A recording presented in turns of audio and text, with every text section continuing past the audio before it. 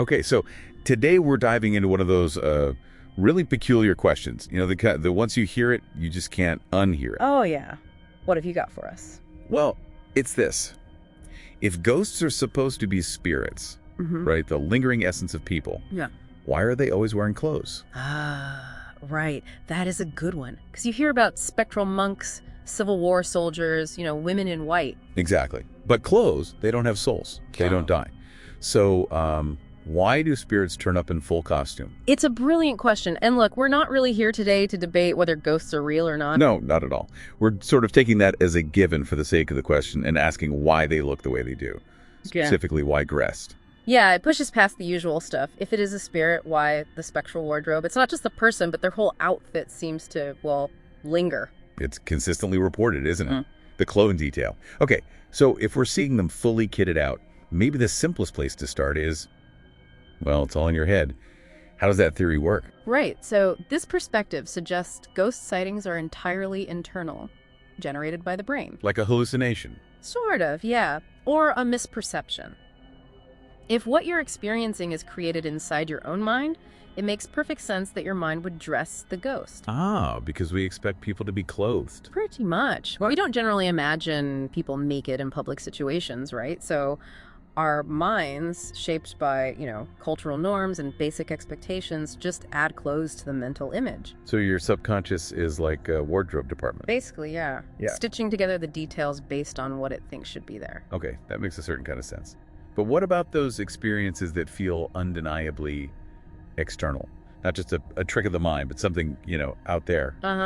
That brings us to another popular idea, the residual energy theory, or sometimes called the stone tape theory. Right, I've heard of that. Like a recording. Exactly. It's a concept in paranormal circles where strong emotions or traumatic events are thought to leave an energetic imprint on a location. So it's like watching a film loop. Kind of. A psychic echo projected onto reality, playing out a scene over and over. You're not interacting with a conscious spirit, necessarily, just witnessing a recording of a past moment. And in that recording, everything's captured. The person, maybe sounds, and yes, the clothes they were wearing at that specific time. It's like a spiritual photograph burned into the environment. A snapshot. Okay. So we've got the mind creating it, or an external energy imprint. But what if? What if the spirit itself has more agency in this? What if the clothes are tied to their own self-perception? Now we're getting to more metaphysical territory. This view suggests that what survives death isn't just some vague energy, but maybe a consciousness, a self-image. And that dictates how the ghost appears. So the spirit projects how it sees itself. Precisely. If a person strongly identified with, say, their uniform or a particular style of dress that was core to their identity, then their spirit, their consciousness, just includes that attire when it manifests. That's the idea. It's not just a passive echo, but an active assertion of identity, who they were. It suggests a more complex persistence of self. So a ghost from the 1920s appearing in a flapper dress, because that's fundamentally how she still perceives herself. Okay, now here's another angle. What if they wear clothes because they know we expect them to?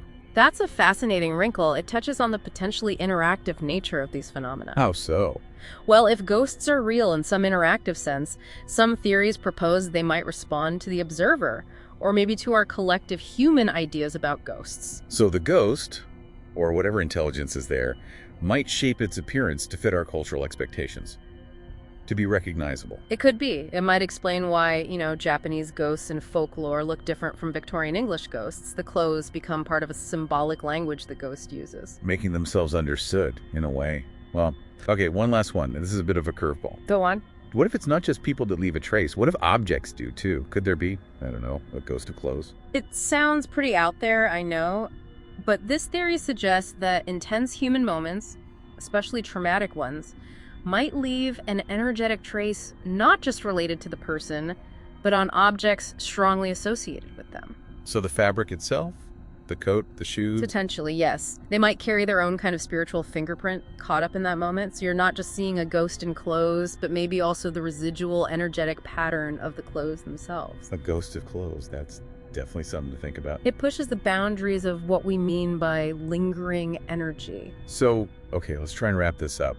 What does all this mean for you listening?